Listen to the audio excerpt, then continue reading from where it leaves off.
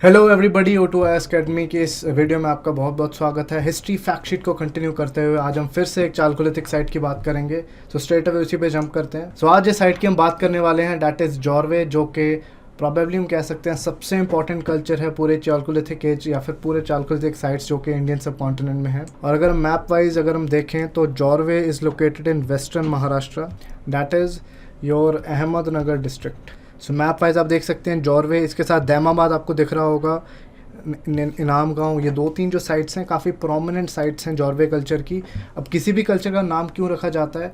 जो भी साइट किसी भी कल्चर में किसी भी एरिया में पहले डिस्कवर होती है उसी के नाम से पूरे कल्चर का नाम रखा जाता है, इसलिए हम यहाँ पे जॉर्वे कल्चर कहते हैं। अगर दैमाबाद या कोई और साइट अगर इस साइट अगर डिस्कवर की जाती, एक्सकवेट करी जाती तो उसके नाम पे होता। और अगर हम इसमें इंफॉर्मेशन देखें, अहमदनगर डिस्ट्रिक्ट में लोकेटेड है और प्रवार रिवर के बैंक्स पे आपको ये मिलेगी जो जॉर्वे साइट है, जो कि खुद गोदावरी रिवर की एक ट्रिब्यूटरी है।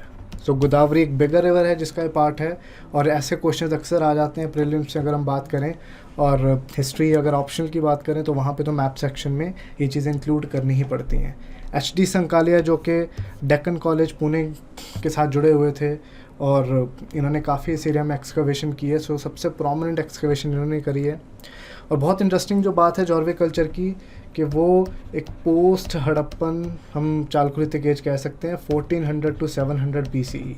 डैट मीन्स कि 1900 BC जो कि लगभग इससे 500 साल पुराना है, हड़प्पन सिविलाइजेशन ख़त्म हो चुकी थी। तो ये काफ़ी देर बाद हड़प्पन सिविलाइजेशन के पनपी है। लेकिन और एक इंटरेस्टिंग बात है कि जॉर्वे कल्चर की एक और साइट है डैट इज़ दैमाबाद, जो कि हम बाद में डिस्कस करेंगे। तो दैमाबाद खुद एक हड़प्पन साइट थी। सो हड़प्पन सिविलाइजेशन और चालकोलिथिक साइट्स में क्या कनेक्शन है जॉर्वे कल्चर वो बहुत अच्छे से बता पाता है। जो सबसे इंपॉर्टेंट यहाँ पे सवाल बनता है पूरे इन चालकोलिथिक कल्चर्स में, जो मैंने पहले भी रिपीट करा है, that is their pottery. Pottery किस तरह के बर्तन थे, उनके ऊपर डिज़ाइंस कैसे थे, कैसी पेंटिंग्स थी, क्या कलर था, वो सबसे इंपॉर्टेंट यहाँ से क्वेश्चन बनता है। So black on red pottery सबसे इंपॉर्टेंट यहाँ पे पॉटरी डिज़ाइन था। और याद रखना है this is not black and red, black and red is different और ब्लैक ऑन रेड अलग है। ब्लैक ऑन रेड का मतलब क्या है? पहले बर्तन को लाल रंग का बनाया जाएगा, जब भी व्हील के साथ, व्हील मेड पॉटरी को जैसे भी उस व्हील के साथ बनाते हैं उसके ऊपर ब्लैक से डिज़ाइंस किए जाएंगे। सो मेजरली ये रेड कलर का होगा और ब्लैक कलर के डिज़ाइंस होंगे जो कि ज्योमेट्रिकल डिज़ाइंस होंगे। वो लाइंस हो सकती हैं, सर्कल्स हो सकते हैं, डॉट्स हो सकते हैं, वो स्क्वायर्स हो सकते हैं। तो इस तरह के डिज़ाइन जिसकी पॉटरी पे मिलते हैं। तो मेजरली एक रेड पॉटरी है लेकिन सिर्फ डिज़ाइंस ब्लैक के होंगे, तो ये चीज़ यहाँ पे याद रखनी है। हाउसिंग की अगर बात करें तो बाकी चालकोलिथिक साइट्स की तरह सिंगल रूम्ड हाउसेज यहाँ पे आपको मिलेंगे। सर्कुलर भी हो सकते हैं और रेक्टेंगुलर भी हो सकते हैं। हमने पहले भी एक टर्म यूज़ करी है हाउसेज़ के मामले में, डैट इज़ वैटल एंड डाउब, जिसका मतलब है घास फूस के या फिर जो भी आपको किसी जंगल में या एरिया में टूटा फूटा लकड़ियाँ मिलती हैं, फिर कुछ भी आपको रेजिड्यू मिलता है उसी से आप बना लेते हैं, चाहे आपने रूफ बनाया है चाहे आपने कुछ भी बनाया है। मड ब्रिक्स का भी इस्तेमाल हो जाता था, even though burnt BRICS Harappans के पास थी, इनके पास वो नॉलेज नहीं थी। इकोनॉमी की बात अगर करें तो मिक्स फार्मिंग यहाँ पे होती थी। यहाँ पे काफ़ी ग्रेन्स का एविडेंस हमें मिलता है, चाहे मूंग की बात करें, वीट की बात करें, मिलेट्स की बात करें, क्योंकि महाराष्ट्र के और इस वेस्टर्न इंडिया में मिलेट्स काफ़ी ज़्यादा पाए जाते हैं, तो वो भी यहाँ पे हमें मिलते हैं। सो डैट मीन्स फार्मिंग यहाँ पे अच्छे लेवल पे होती थी। और इवन जब हम बात करते हैं कि कैटल बोन्स यहाँ पे मिलती हैं और भी एनिमल्स जो कि डोमेस्टिक हो सकते हैं या फिर इवन वाइल्ड एनिमल्स हो सकते हैं, उनकी जब बोन्स हमें मिलती हैं, सो डैट मीन्स के एनिमल हस्बेंड्री भी यहाँ पे कहीं ना कहीं मौजूद थी। सो मिक्स फार्मिंग थी यहाँ पे, हर टाइप के ऑक्यूपेशन थे जो कि चालकोलिथिक में हुआ करते थे। जॉर्वे कल्चर की एक बात है, this is like an advanced Chalcolithic culture. यहाँ पे जो चीज़ें हैं वो काफ़ी हैरान कर देने वाली हैं, जो कि हम बरियल्स में डिस्कस करेंगे। और सिंस चालकोलिथिक कल्चर है तो कॉपर मेटलर्जी नाम की चीज़ तो होगी, तभी कॉपर की चीज़ें यहाँ पे बन रही हैं, कॉपर के एक्सेस बन रहे हैं, कॉपर के बर्तन बन रहे हैं, कॉपर के इवन मिरर्स भी होते थे।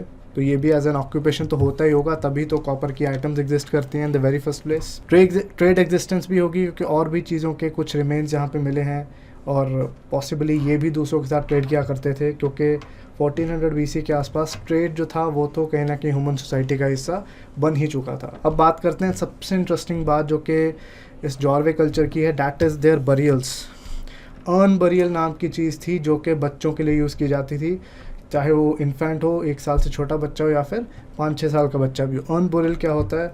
बेसिकली जब आप, अब बच्चे का साइज़ तो छोटा ही होता है अगर हम देखें, लेकिन बच्चे को ऐसे बिल्कुल ही हम कहते हैं कि जैसे गड्ढा खोद के दफना दिया जाए, ऐसे नहीं किया जाता था।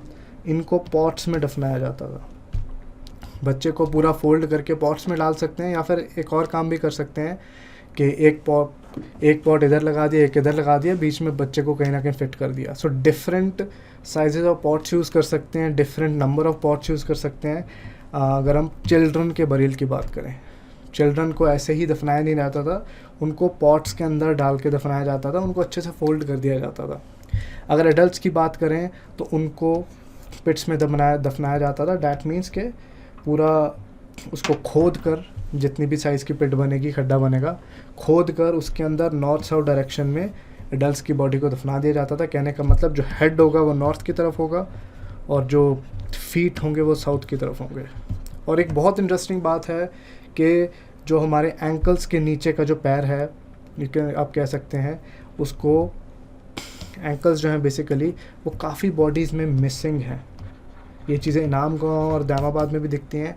सो डैट मीन्स कि इनके बरियल इनके जो भी बरियल होता था उसमें फीट दफनाए नहीं जाते थे। Feet were not, you can say buried, feet were not buried, और एंकल्स के ऊपर के हिस्से तक ही उसको दफनाया जाता था। तो मे भी कुछ रिलीजियस सिग्निफिकेंसेस की हो सकती है, कुछ ग्रेव गुड्स भी साथ में मिले हैं, वो पॉट्स हो सकते हैं, वो मिरर्स हो सकते हैं, कुछ खाने की चीज़ें हो सकती हैं। डैट मीन्स कि आफ्टर लाइफ जैसी चीज़ में भी कहीं ना कहीं इनका विश्वास होगा। सो ये कुछ डिफरेंट बेरियल प्रैक्टिसेस हैं जो कि जॉर्वे में हमें दिखती हैं, जो कि और भी साइट्स जो कि जॉर्वे की हैं उसमें हमें नज़र में आएंगी। बीट इनाम गाँव, बीट दामाबाद, वहाँ पर भी ये चीज़ें नज़र में आएंगी।